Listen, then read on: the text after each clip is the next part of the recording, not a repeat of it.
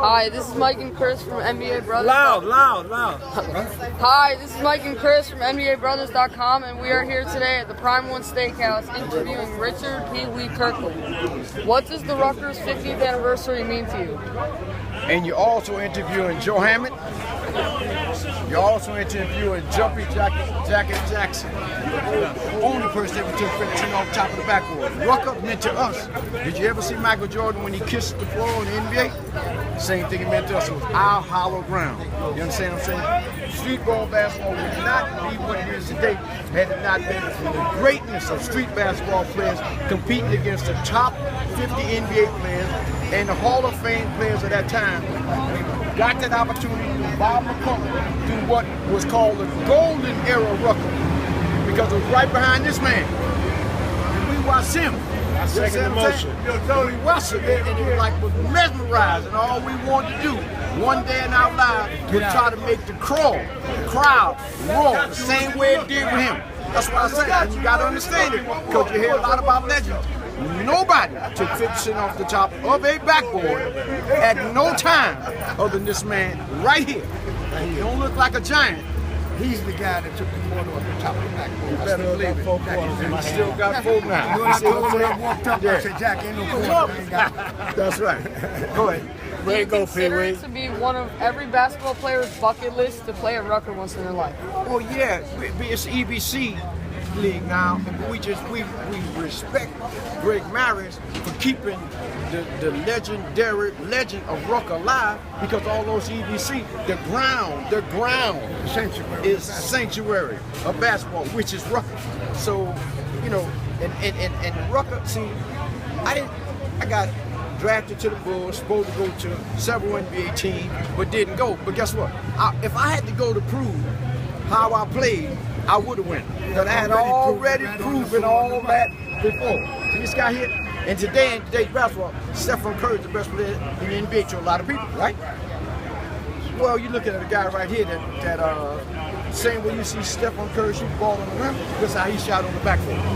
The only difference is, back then, it wasn't no three-pointers. So he was just shooting that ball, because that's how good his range was, you know. So, you know, it's no denying the greatness, because greatness didn't come from today. It came from back then. That's why I love to talk about this man here, because I was sitting here watching, and the thrill of my life, and I just almost prayed to God that one day I would be able to be on the court in Rucker Park and doing what he did to mesmerize that crowd like that. And then here comes Joe Hammond. We was in the backcourt together, and that was magic. You can't change the magic. You can't change the gift. Once God gives you a gift in basketball, let me tell you something. That gift never changes. Never changes. Right there. Thank you. You got it. That's the truth. Having the legendary status that you have, how does it feel to be mentioned by French Montana, Fat Joe, Jadakiss, and Ja Rule in several of their songs? Well, great. And you know, the reason why is because a lot of, and that's what it's about. It's about taking the legendary gift that God gave you and using a positive reality. Now, I didn't go to the NBA. I wasn't in the Hall of Fame, but I was on Peter Jennings World News as a global inspiration for impacting young people's lives. Like French Montana. When he was a kid, he came to me and I said, hey man, I know you rap a little bit, but keep your day job. Because he wasn't that good a rapper. But he asked me to help him do DVDs. I did it. I was on the DVD, he had me in the helicopter, and he blew up selling DVDs, and now he's a great rapper. So you see what I'm saying? Sometimes it just takes that other person with a little bit more knowledge to make you understand. Don't make the mistake they made. Do not go to the life of crime. Trust me, education is the key. It ain't no key. Once you understand education, then you'll never ever allow yourself to go in the wrong direction in life. Same thing with Joe. That's what Joe does with his life now. Because young people look up Joe, they admire Joe. My son admired Joe. Couldn't wait to meet Joe. You understand what I'm saying? Could not wait to shake his hand and look at his face, because he always heard me talk about how great he was. And there wasn't no doubt about it. His greatness was undeniable. Who, in your opinion, should be the top 5 Rucker Park basketball players of all time? You can't ask one in the top 5. All I know is the top 2 people in the backcourt would be me and Joe. So I think me and Joe, and I would have to probably say, as a big man, it would be Kareem Abdul-Jabbar. Because I don't know And then I might have to say Willis Reed. So I say it's hard for you to say when you're in the top 5. Willis Reed, yeah, it's hard to say it when you're in it, but I would have to say Willis Reed,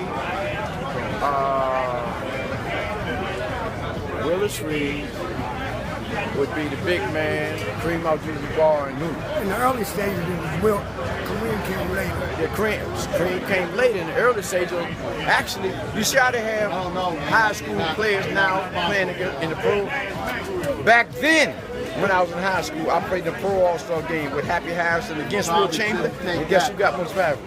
You got it. See, we understood the game from the neck up. It's the same thing like when George Irvin played in Rucker. He played in Rucker. I let the niggas score. That don't mean I was betting him. It just means that I was a hellraiser. And this guy here got most valuable. Don't mean he was better. But nothing was going to stop him from doing what he going to do. He was a hellraiser. You see what I'm saying? That's why they called him, Joe Hammond is his name, but they call him the Destroyer. Because everybody got in front of him, got destroyed. What was the most memorable moment at Rucker? Well, naturally, the most memorable moments at Rucker would be playing in the backcourt with him. But we always like to bring Bob McCulloch into that question. Because Bob McCulloch, hey, Bob McCulloch! Hey, Matt. Okay, Bob McCulloch was, yeah, we need you in this interview. Right there, we're going to talk about it before we get it. Bob McCulloch was like the commissioner of Rucker, but he was like the guy doing that golden era. But he was always the guy that said, yeah, Pee Wee and Joe, now y'all got to play against them. Yeah, Pee Wee and Joe, now you play against them tomorrow. Talking about Conlon, Dave Conlon on the Boston Celtics. Yeah, you talking about playing against Will Chamberlain tomorrow. Yeah, you talking about Kareem. We didn't have no pros on our team. All we had was street ball players. So the one thing that me and him knew, that no matter what happened, we're going to start off with 100 points if we got to make it ourselves. You see what I'm saying? So whatever happened after 100, they might beat us. Coming out the locker room, we knew we was going to get the head 100. That's right, we knew we had 100 coming out the locker room. Hey, it's right here. And this guy was the guy doing that golden era, that was the commissioner, doing that golden era. Bob McCulloch. A lot of people try to take credit for a lot of things. I'm telling you, it would not be no Rucker as you know it today. From that golden era, if it don't be for this guy here. He was there in the beginning, but when Rucker passed,